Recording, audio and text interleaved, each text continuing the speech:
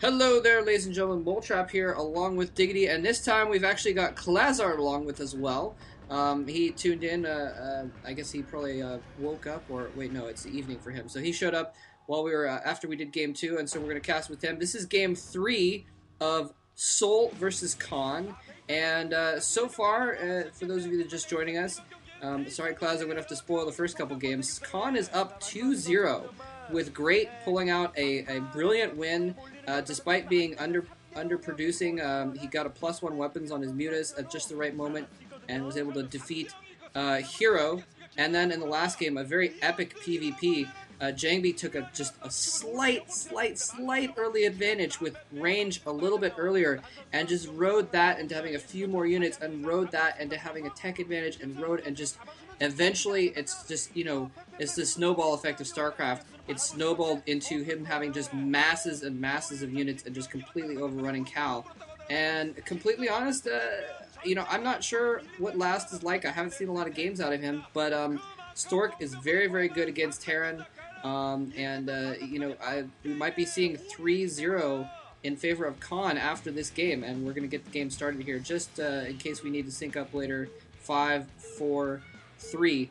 And Diggy, what do you think? Do you know anything about this character, Last? Last seems like one of those guys in the long tradition of Pro League Assassins. I think he's one of those guys that they've trained to specifically beat Stork specifically on this map. He's going to be starting at the 4 o'clock position in purple, and at the 7 o'clock position we have Stork starting in yellow.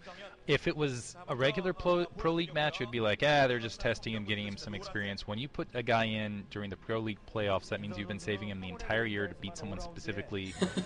He's probably a Protoss killer, and my guess is they're putting him on Shades of Twilight, just because this is what he's been practicing on forever, just exclusively against Protoss. He's one of those role players.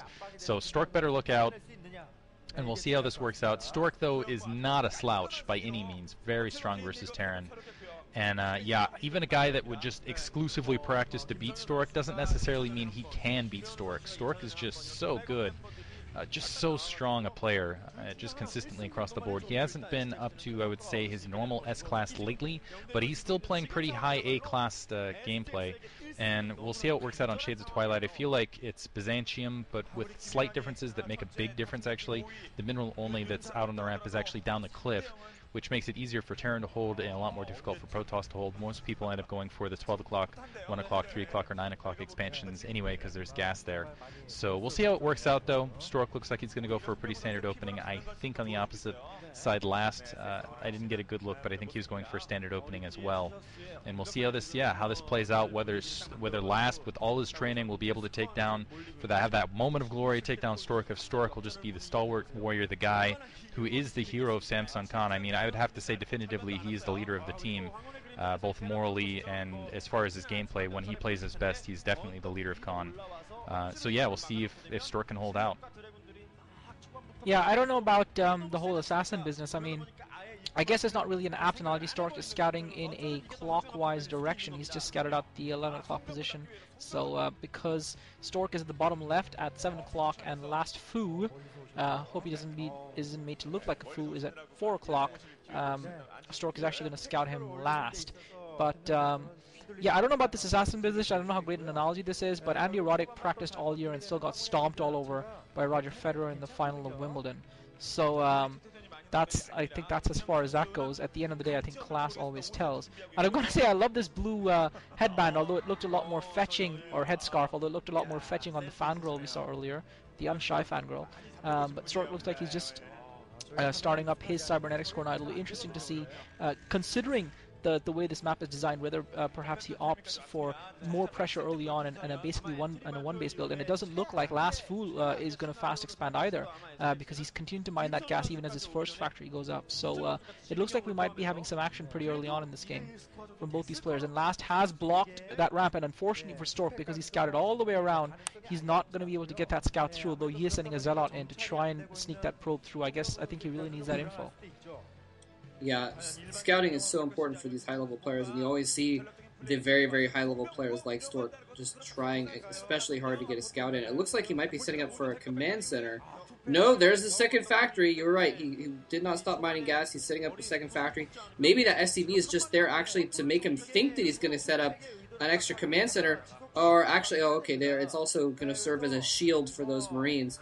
So Stork, I wonder if he suspects that this is going on, because he is able to kind of see down that ridge and see that there's no like extra command center being built next to it. Although actually I'm not sure if it's buildable there. Yes, it is buildable, and there's nothing there. And Stork is looking around and not seeing a command center underneath the horizon from that. So he might suspect that this is going on. Yeah, I think Last being in this lineup also might just have something to do with the fact that it is a best of 7, and so that means you need 7 people in your lineup. And Seoul has probably the deepest roster of decent players of any other team. Every team has their 2 or 3 big names. Sometimes they'll have 2 big names and kind of a medium name, I guess. Seoul has several players that can really, really put up a good fight, but they have like 6 of them, and Last is the 7th player that's being kind of put in to fill in the holes, I think. Anyway, Stork going for, it looks like a single gateway into robotics facility right now, and he's going to have to do something to prepare for this 2 factory push that's going to come before too long. Yeah, he's going to have a hard time fighting the Sock. Usually you want to have that second gate down. And Stork actually going, oh, don't put down an expansion, Stork. No! No! If he puts down an expansion, I feel like he's playing right into Last's hands. Yeah, you either want a shuttle out at the very least, or you want to have a second gateway down a lot sooner than this to kind of fight off that 2 factory push. It looks like Last is already moving out. He'll probably be supplementing a lot of this force with mostly vultures. He's produced a good amount, and this is one of those kind of odd Terran rushes that where you got more Marines mixed in than not, and a vulture already planning a mine just to try to kill anything that might be looping around. They're going to be able to sneak up. There's another mine planted, actually 2 mines being planted away from that factory line, and this is going to be difficult. Let's see if Stork decides to sacrifice that single zealot to try to get in a little bit faster. No, he is going to be able to see a lot of reinforcements. Oh, taking a huge hit. That does not help at all, and you can see the look on Stork's face. He's like, oops, crap, that was stupid. Wow. And that was... Man, that was bad in so many regards. First of all, Last is definitely, if he wasn't thinking about pushing before, he's definitely pushing now. I think he was going to push anyway. But that mine hit weakens all of those Dragoons, make it so much easier. And a starport, maybe to do some follow-up drop. A pylon being planted by Stork to maybe make it more difficult for those troops to attack when they're going uphill. But that is, wow, he's so outnumbered. And he has the weak Dragoons. Seeing that now, Stork has to be like, well, crap. Cancel the Nexus, get some gateways down, Stork, or something. He's absolutely toast. Stork is in a lot of trouble. I don't see how he's going to survive this. Looks like we might have siege mode up for Last fOu as well. He's now putting a bunker down in front of his troops as well. He's got those vultures in front. He's got siege tanks, and Stork is horribly outnumbered here. There's no way he's got enough zealots to break any sort of contain down. And within seconds, you're going to see Last sieging at Stork's Nexus, his natural expo. So actually, Diggity's prediction of this whole assassin business might prove to be true. Stork now coming under fire. Last fOu just venturing out with those vultures again, putting some spider mines down. But Stork doesn't have anything to really do much against this. The only weakness that Last has is that he doesn't have much anti-air bar those Marines, but he has got them now in a bunker, even though he doesn't seem to have a turret or obviously no Goliaths thus far, but that Nexus is coming under heavy fire. He's got the second gateway up as well, but it looks like he's at the very least going to lose that Nexus, and that is going to set him back a huge way, and I don't think even Stork would be able to recover from that. Remember, these guys, they're no mugs, even though they may be 7th choice for their team, and it looks like an unexpected win for Last might be emerging out here. Last can probably even just A-move with his entire army and probably take Stork down, and the only saving grace for Stork can be if he's got a Reaver in there and if he can land some really good shots from it. Yeah, or maybe if he can do some kind of a mine drag or something like that. But actually, Last doesn't even have any mines up there, and Stork knows it because he's got the observer floating overhead. Now building the engineering bay just as a blockade. I don't think he's even trying to... Oh, never mind. He did. I thought the SCV was off of it. But just moving in slowly and slowly. And Stork just trying to run in and pick off that one tank and fall back. Loses 3 Dragoons in the effort. And yeah, Stork has pretty much lost his game now. Just got overconfident. And I have to say that this is Stork's fault, 100%. He should have expected this. He knew that Last coming into this was going to be the underdog and was probably going to... I mean, when you're the underdog, you want to try for a simple strategy with early attacks and not a longer macro game or anything like that. And Stork should have expected it for that reason. He went over there, he checked his probe around, he saw no command center being built, he didn't get a scout in. He should have known for that reason as well. He really should have expected this to be happening, and he should have expected this 2-factory push, and he didn't. He put down the Nexus anyway. He went for 1-gate tech, and I think we only have Stork to blame, to be honest. Yeah, 1-gate tech and then expansion is extremely dangerous against any Terran player unless you are absolutely sure they are expanding. And Stork was not. I mean, he saw that SCV out front, and he didn't see an expansion being planted. He just kind of made the assumption, well, oh, okay, he's waiting until I'm gone to plant that expansion. And this will be severely delayed, and then I'll end up with an economic lead here. He's doing some nice work here with this Reaver, but I like that starport. Actually, you can see he already had this planned out, the starport with the Wraith to just chase that shuttle back. Yeah, he's just going to get slowly crushed by this, bit by bit, just pushed into his base, and it's just going to be a vice around Stork's base here. Siege tanks and vultures and mines, at least able to take a vulture out with that drag. But yeah, a lot of critical mistakes I would say by Stork in this match, but the biggest one, yeah, 1-gate tech and then trying to expand when he didn't see a command center, and then also being very, very late on plopping. It looks like he's trying to funnel his army out. That's not going to last very long. It looks like the Wraith is going to scout that. Maybe if even if he did a suicide run with this attack force at Last's front door, I think Last will have the backup troops to really take this out, and he's abandoning his front door in the meantime, so Last might just pick up and attack move in. But yeah, I really feel like Stork just, yeah, a bit overconfident, a bit lazy in some of his play. Didn't play safe where he should have against an unknown player, I think.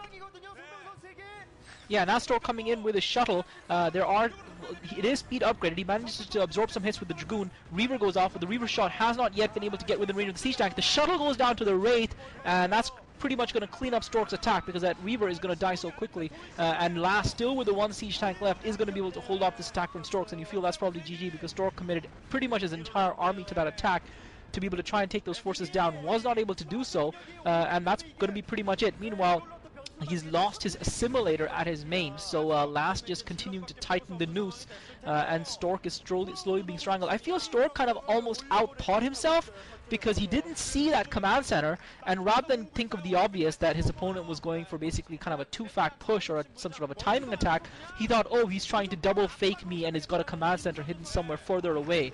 And I think he kind of almost outthought himself a little bit there, and that's why he went for that expansion, because he was set up to potentially put that second gateway down, especially once he got that scouting information early on. But I think all credit to Last fOu for putting that doubt in Stork's mind by not letting Stork's probe get in there, even though Stork committed the Zealot to it. Wow, and Stork going in for one last grand attack here on to try and save his door. I gotta hand it to Stork. He did do a decent job of doing a counterattack there. He accomplished a lot of damage, but he's just too contained. Just too solid of a contain outside of his door for it to do enough good. And here he comes in with his last shuttle, just trying to drop his Zealot there. It's not going to work. I did see Stork once actually against Flash in the quarterfinals of an OSL long ago. He was in a similar position. He just used brilliant Reaver and shuttle micro to fend it off, but it was a different map, different situation, and in this case, not going to happen.